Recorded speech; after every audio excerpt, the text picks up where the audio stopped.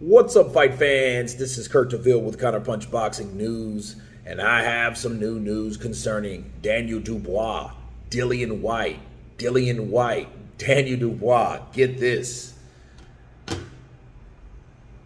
They had negotiations moving forward with Dillian Whyte taking on Daniel Dubois, but they fell through.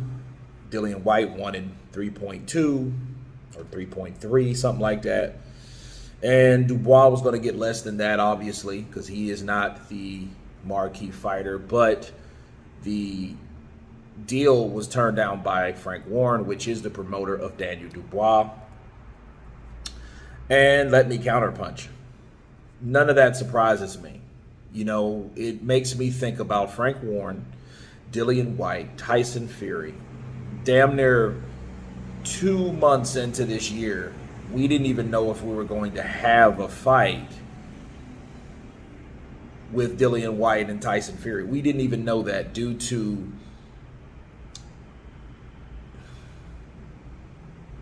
the relationship between Dillian Whyte and Frank Warren, okay? And the BT Sports, the Queensberry Promotions, you know, Dillian Whyte didn't want to do certain things, you know, and I don't think that Frank Warren sued Dillian Whyte, but I think in his mind, if he was going to give anybody a solid, it wouldn't be Dillian Whyte again. Okay, so I'm not surprised that those negotiations fell through. Dillian Whyte, of course, he wants $3 million. That's normally what he made, but understand if he wants to fight a Frank Warren fighter, that's what he's going to deal with, because Frank Warren's fighters don't get paid like that. You know, Dillian Whyte made a name for himself on the strength of his resume. Okay, he was beaten by people that are the best that were former or current champions. Tyson Fury, i.e. Anthony Joshua, Povetkin. You know the score, and those were the 3 losses that he has in his career, where he's avenged one of those. And I don't see Frank Warren giving him that. I think realistically, if that fight was ever going to be made, it would have to be a joint effort, and they would have to be higher in their careers, which I don't think they will be. Maybe Daniel Dubois, but as long as Dubois is with Frank Warren, I don't think it's going to happen. Why? Because Frank Warren has other options for Daniel Dubois. He could fight guys like, man, it's a lot of people. Jarrell Miller, for one, because Jarrell Miller's back in action.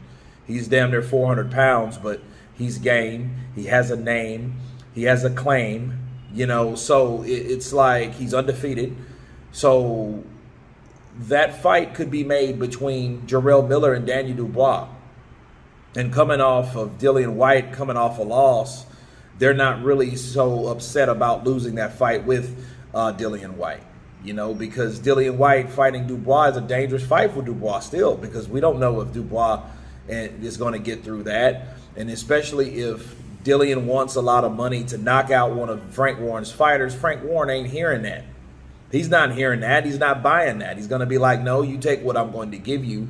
But you have to think about it. If there was no negotiating, if that was the final, take it or leave it, I want $3.3 million. If there was no renegotiation from Frank Warren, he didn't want that fight anyway. He just wanted the idea of making people think that he wanted that fight to get somebody else in the hot seat. Okay? And that might be Jarrell Miller. You know, and there's a lot of fighters. Michael Hunter, well, Michael Hunter's busy. Okay? But he has a lot of options. You know, Daniel Dubois. It could be a Joe Blow for Daniel Dubois. But I think he knows that it's time for somebody to get in the ring that has a name. That's where Jarrell Miller comes in. But anyway, you guys tell me what you think of Frank Warren not accepting Dillian Whyte's $3 million offer to fight Daniel Dubois. Of course, please subscribe. And you guys been Counterpunched. Peace.